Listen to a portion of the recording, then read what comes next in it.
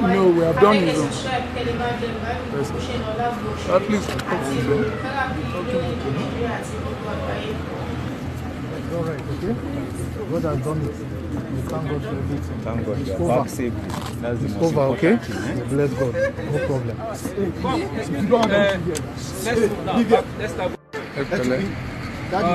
Let's Take again. Take more. Oh, yeah. Okay? All right. You're welcome. thank the GOC. All right. So take, Okay. This far is okay. The husband is fine. Okay? Everybody is fine. Yeah? Don't worry. Eh? I will not. We're sorry. Don't worry. No, don't worry. Don't worry. You're back. Okay? We'll take care of it. Don't worry. We'll get your car now. We'll get your car. So, Mojeki and Uncle? Aku oríire o, ayọ̀ abara tíntín. Aku oríire gbogbo ọmọ kóòtù àjíire original ọmọ ọkọ Yorùbá. Nílé lóko lẹ́yìn odi, aku àdúró ti ara wa. Àwọn tí wọ́n kó lọ ní Ògbómọ̀ṣọ́ ní Ọ̀yọ́ state wọ́n ti padà fi wọ́n sílẹ̀.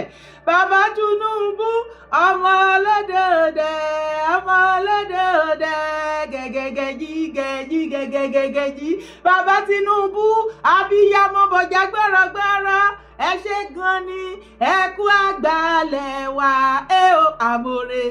President Bola Ahmed Tinubu, bíbá. Ẹ ṣé gan ni, ẹ kú àgbàlẹ̀ wa, o àmọ̀rẹ́. Ẹ wo fídíò. Hello, sir. Our father, we are grateful. The president, sir, we are grateful.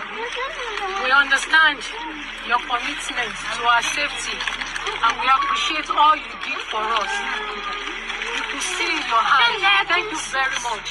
And every security operative, they tried so much, and that is why we are still alive now. We are very grateful to you. Thank you very much. Thank you very much. Thank you, sir. Thank you, sir.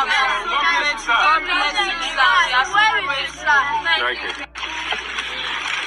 Oh, aku oríire, aku àdúró ti ara wa, aku àìsàn àti àìwo wa, gbogbo àdúrà wa, àròyé wa, àdúpẹ́ pé kò já sí lásán. Olúwa ó ṣeun, Olúwa ó ṣeun, Olúwa ó ṣeun. Ọ̀yọ́ abduction. 8 of the kidnappers were arrested while some were killed during the rescue operation. Presidency. Ọ̀yọ́ abduction. 8 of the kidnappers were arrested while some were killed during the rescue operation. Presidency. Tó já sí wípé state ò mọ bí wọ́n ṣe gba àwọn ọmọ yẹn jáde.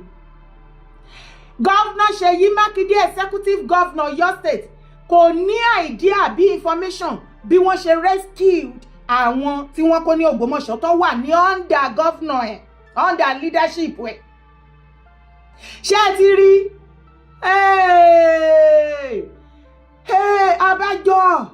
Abájọ tí mọ̀mọ́ principal ní ká máa dúpẹ́ lọ́wọ́ bàbá Tinubu. President Bola Ahmed Tinubu, pbat. Ẹ ṣé gan ni, ẹ kú àgbàlẹ̀ wa, o àmọ̀rẹ́. Ẹ ṣé gan ni, ẹ kú àgbàlẹ̀ wa, o àmọ̀rẹ́. Inú mi ti dùn jù, inú mi ti dùn jù. I'm so happy. Olúwa ó ṣeun, Olúwa ó ṣeun. Olúwa ó ṣeun, Olúwa ó ṣeun tó kó wọn dé láyọ̀ àtàlàáfíà. Gbogbo family tí àwọn tí wọ́n kó yìí tí wọ́n padà dé, mo kí yín kú oríire o. Mo kí yín kú oríire, mo dẹ̀ kí gbogbo ará Ọ̀yọ́ pátápátá Ọ̀yọ́ state, mo kí yín kú oríire. Bàmí Gandhi, ọba Ṣọ̀ún Ògbómọ̀ṣọ́, a kí yín kú oríire. Gbogbo ọmọ Ògbómọ̀ṣọ́ pátápátá, a kí yín kú oríire. Gbogbo ilẹ̀ Yorùbá pátápátá láìkú nǹkankan, a kú oríire. Gbogbo kóòtù, gbogbo ọmọ kóòtù, ajíire, gbogbo ọmọ Yorùbá, a kú oríire. A kú iṣẹ́, a kú ìfẹ́ ara wa.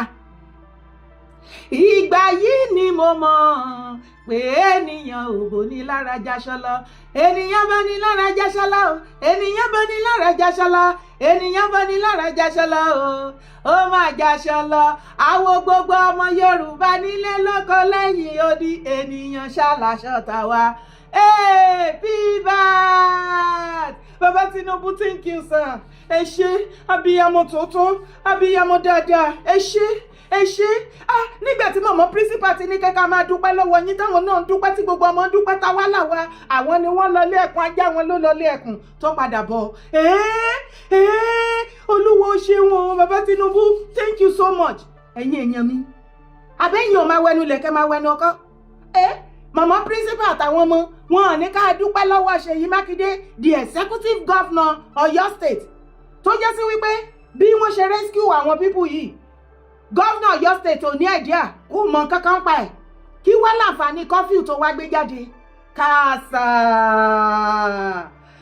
Ṣèyí Mákindé you are incompetent you are an incompetent governor má padà fi ẹ̀mí àwọn ọmọ Ọ̀yọ́ state trade fún presidency tó fẹ́ lọ o gbogbo ọmọ kóòtù ajíire gbogbo ọmọ Yorùbá original gbogbo ẹ̀yin ọmọ Ọ̀yọ́ gbogbo wa lọ́mọ Ọ̀yọ́ bẹ́ẹ̀ bí tá a bá dé ẹ jẹ́ kí gbogbo wa lajú kalẹ̀ ká bẹ̀rẹ̀ sí ní monitor Mákindé governor Ṣèyí Mákindé of Ọ̀yọ́ state títí tí tẹ́nà ẹ̀ fi máa parí ní next year a ò gbúdọ̀ gbọ́ wípé ọmọ kékeré kan sọnù àbí àgbàlagbà kan wọ́n jí gbé níbì kan àbí nǹkan kan dún pín lórí kidnapping àbí attack ní Ọ̀yọ́ state àìjẹ́ bẹ́ẹ̀ ó ní lẹ́ẹ̀kì kan tó wà lẹ́ẹ̀ fún ẹ because nínú ilé báyìí ó ti jẹ́ ká mọ̀ wípé you are an incompetent governor wà competent sir you are a liar governor Ṣèyí Mákindé of Ọ̀yọ́ state is a liar ẹnu mi gbà kí ló dé tí mo ṣe pé wọ́n ní liar ṣebí wọ́n sọ fún agbára tí wọ́n kó àwọn people yìí ipe wọ́n ní wọ́n ra jet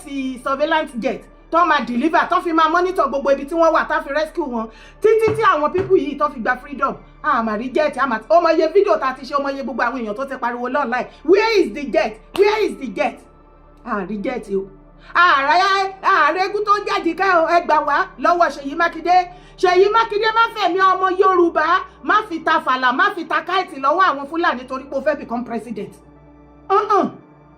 má fi ẹ̀mí wa má fi ṣe exchange rate ṣùgbọ́n kí ọ̀rọ̀ mi kó lè yé yín ká ẹ lè mọ̀ wípé rẹ́rẹ́ ti rún Ṣèyí Mákindé má ti sọ̀rọ̀ despite the fact wípé kò mọ bí wọ́n ṣe kí ni bó ṣe rescue wọn ẹ tẹ̀lé mi kẹ́ wá gbọ́ nǹkan tí Ṣèyí Mákindé sọ. For 7 years, we didn't witness anything like this in Oyo State. I declared to run for the presidency of Nigeria at 4 o'clock,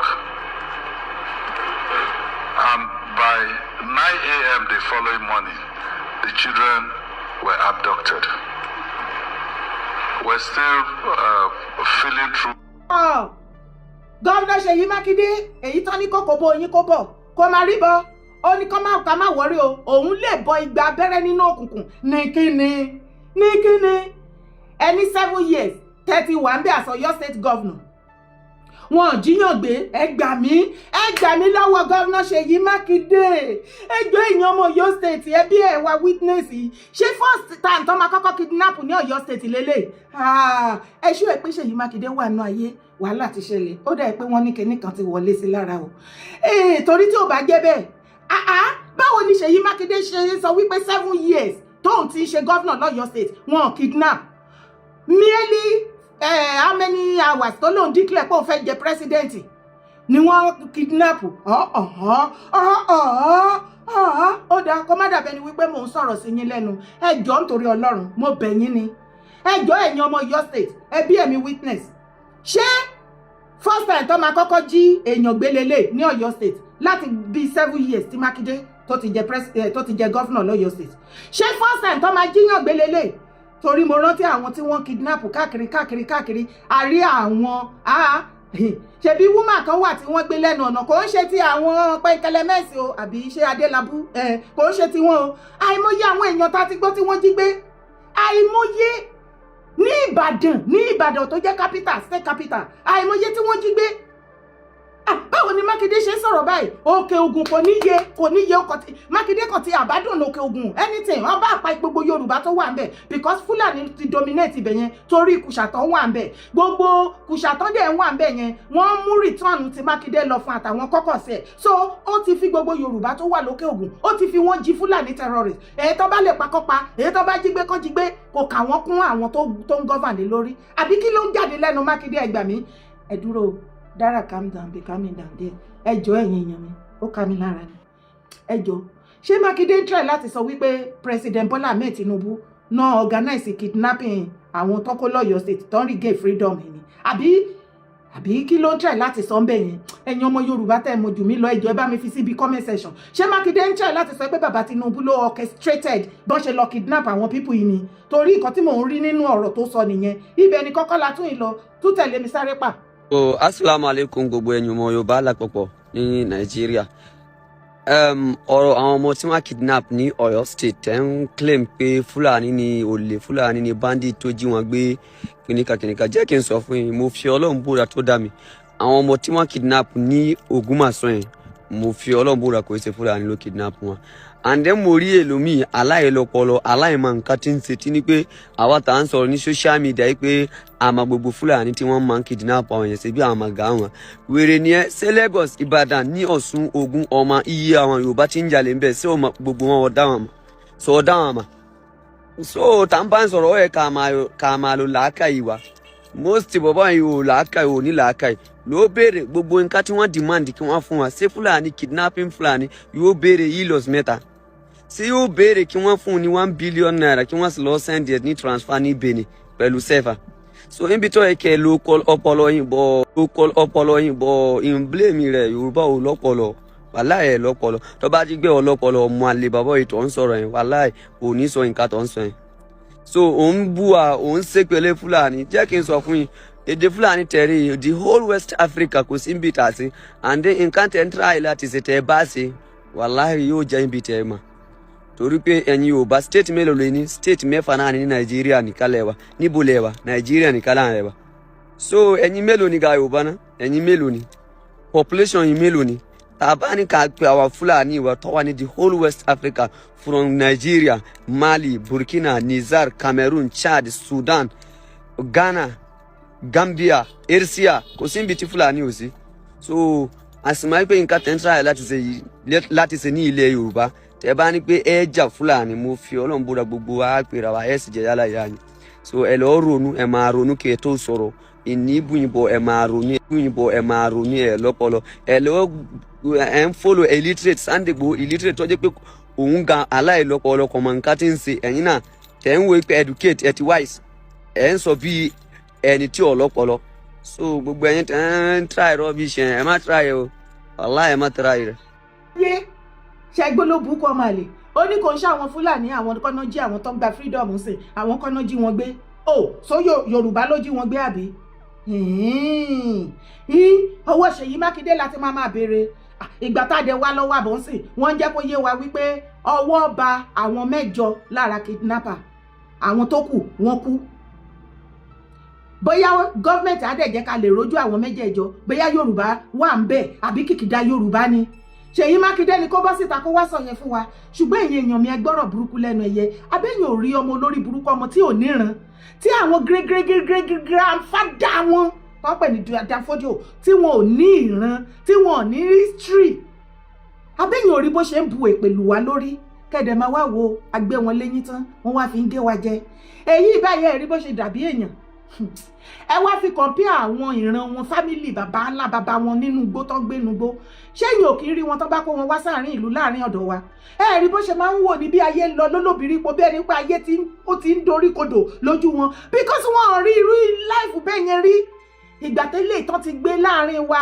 ta ti fẹ̀yìn fi wọn lára balẹ̀ the same ara fi balẹ̀ tí wọn fáwọn èèyàn wa lọ́dọ̀ tí wọn ta fi wọn lára balẹ̀ ta fi wọn lọ́kàn balẹ̀ tọkàn wọn balẹ̀ tán jẹun tán yó tán ìrẹ̀ wọn ti jẹun yó tán wá bẹ́kùnbẹ́kùn kiri àbẹ́yìn ò rí báyìí ṣe rí ibi táwọn ọmọ kóòtù ajíire Yorùbá ṣe rí ibi tá a bára wa kò wá sí ẹgbẹ́ àti ìdẹ̀tí tí ọmọ Yorùbá àti ilẹ̀ Yorùbá ò kì í gbà lọ́wọ́ gbogbo tribe tó wà Nàìjíríà Ìgbò wọn á kóra wọn jọ wọn á gbé wọn ní à ń gbé ilẹ̀ Yorùbá ní condition wípé a ní láti fún wọn wọ́n ní láti máa jẹ gọ́fúnà wọ́n ní láti ṣe gbá wọ́n ní láti ṣàwo wọ́n á bu èpè lù wá lórí wọ́n á insult wa wọ́n á bú wa wọ́n á ṣoríṣiríṣi ẹ̀yin àgbẹ̀gbẹ̀ wa ẹ̀ dì wá lọ́wọ́ mú ẹ̀ ní ká má máa jàjà tribalism northern ohun tó lè lé báyìí ẹ̀ tún dì wá lọ́wọ́ mú èyí tó ṣẹlẹ̀ níbàdàn lọ́jọ́ a rí gbogbo ìgbésẹ̀ tẹ́ gbé bẹ́ẹ̀ ṣe di àwọn ọ̀pọ̀lọpọ̀ àwọn brothers wa lọ́wọ́ mú ṣé ìran kóòtù ajíire ìran Yorùbá náà ní kókó kú lọ àrùn lọ ilẹ̀ Nàìjíríà ni torí ọ̀rọ̀ yìí ò fẹ́ yé mi mọ́ kí ló ń ṣẹlẹ̀ o ṣùgbọ́n ó tún ní àwọn nǹkan kan tó sọ ń bẹ̀yẹn ọ̀rọ̀ ńlá ní létí tèmi ó ní kí mélòó ni population àwa Yorùbá tá à ń pariwo ẹ wo bó ṣe bu èpè lé orí ìṣí Sunday Adéyẹmọ Ìgbòho wípé orí ọ̀tá wọn ò pé orí gbogbo àwa Yorùbá orí àrọ́mọdọ́mọ láti ọ̀dọ̀ Danfodio bàbá ńlá bàbá yín dórí Sultan ní ò pé kì í ṣe àwa orí àwọn bàbá ńlá kú bàbá yín àwọn tó represent yín nínú Nàìjíríà orí wọn ti dàrú orí wọn ò pé wọn ti ya wèrè ọmọ ìrankíran ọmọ ajífìtọ́ màlúù wẹ́rí ọmọ ajímùtọ́ màlúù ọmọ abá màlúù sùn toyúntoyún wèrè ìran wọn ló fún ló breastfeed ewúrẹ́ àwọn òsín gbogbo ẹranko lásán ẹ̀yin náà máa wò kí irú àwọn èdè tí a náà bùn àwọn tó rí àwọn ránran yìí kọ́ máa sọ̀rọ̀ sí ìran bàbá ńlá bàbá tèmi ẹgbẹ́ oníyọ̀rọ̀ wọ́n máa ṣe o mo rò wípé ẹgbẹ́ nǹkan tó wí ó ní population wa we have only 6 states ìyẹn ní south west nílẹ̀ Yorùbá 6 states mélòó ni population wa ó ní tí àwọn Fúlàní bá ready fún wa kọ́mọ̀tì ẹ̀ tí sọ Fúlàní the north wípé wọ́n á lọ kó ti Ghana wọ́n á kó ti Senegal wọ́n á kó ti Kútọ́nù wọ́n á kó ti gbogbo the rest of Africa wọ́n á wá kógun jà wá nílẹ̀ Yorùbá ó dáa tó jáde lẹ́nu ẹ̀ ọ̀rọ̀ ńlá ni mo mọ̀ pé ọ̀pọ̀lọpọ̀ wa ò kì í mọ̀rọ̀ ẹ̀yin àgbààgbà ilẹ̀ Yorùbá ẹ̀yin àgbààgbà náà ẹ̀sìn ẹ̀yin kábíyèsí ó dà pé àwọn gọ́fúnà ilẹ̀ Yorùbá wọn ò tí ì pè yín kán hand over ọ̀rọ̀ insecurity lé yín lọ́wọ́ gọ̀gọ̀gọ̀ lẹ ṣe ń wò wọ́n látọ̀ọ̀kan tí gbogbo ẹ̀ ṣe mẹ́ẹ̀ ṣe fẹ́ dúró di ọjọ́ tí a ní láti provoke wọn o àbí ẹmọ ipá kìí kọjá iye wọn ọjọ́ kan wọn kàn dídì wọn jí ní wrong side wọn kàn lè dédé jí wrong side náà ni pé ìran Yorùbá ẹjẹ́ àlọ́ kógun jà wọn tó bá ṣíbò wà ńlẹ̀ Yorùbá ẹjọ́ ṣé ìgbà yẹn lẹ ṣẹ̀ṣẹ̀ máa sáré kìtìkìtì kàtàkàtà nǹkan ti ṣẹlẹ̀ o ẹ̀yin èèyàn mi mo sọ yìí mo dúró ná Mákindé ó mọ bí wọ́n ṣe gba àwọn ọmọ wọ̀nyí o wá ń rojọ́ ṣé Mákindé try láti sọ fún wa wípé bàbá Tinubu ló orchestrated bó ṣe lọ kidnap àwọn people yẹn ṣe ẹ ráyé tó bá jẹ́ bàbá Tinubu ni dẹ̀ kí ló dé tí Mákindé ò ṣe bójú bàbá Tinubu jẹ́ kó allow gbogbo àwọn private security kí wọ́n wọnú old Ọ̀yọ́ park lọ àbí kí lẹni mo wí ìgbà tó mọ̀ tó rò wípé bàbá Tinubu ló orchestrated ẹ̀ dẹ̀ ṣe ló yẹ kó wá ọ̀nà tó máa fi dójú tì wọ́n kó allow irú ṣi Sunday Adéyẹmọ Ìgbòho bàbá ṣe fi Ìgbòho àti ìrù ẹkùn àti every other private security tí wọ́n náà fẹ́ wọ inú old Ọ̀yọ́ park láti lọ rescue wọn kí ló dé tó ṣe allow wọn kan lọ káṣírí yẹn lè túká lè mọ̀ pé president ló wà nídìí ẹ̀ ṣùgbọ́n ìwọ ló ń dì wọ́n lọ́wọ́ mú ìwọ ló sọ pé ò gbúdọ̀ rẹ anybody nígbà tí ìtara abiyamọ mú ṣì fìgbó tí gbogbo abiyamọ ò jẹ́ kán sùn kan wo wọn láwọn máa fagídí wọbẹ̀ ṣe bó gbé kọ́fíù jáde gbogbo ọmọ Yorùbá mo rò pé ìwọ̀nba àlàyé mi àti yé yín ẹ jẹ́ àpàdé níbi comment section orúkọ tèmi ò yí padà Yèyé Dára Kowé kó ni mò ń jẹ́ bá mi like fídíò kó sì bá mi drop comment ẹ̀ má gbàgbé láti bá mi share. a ò ní ju báyìí lọ lórí ètò yìí ó dàbọ̀.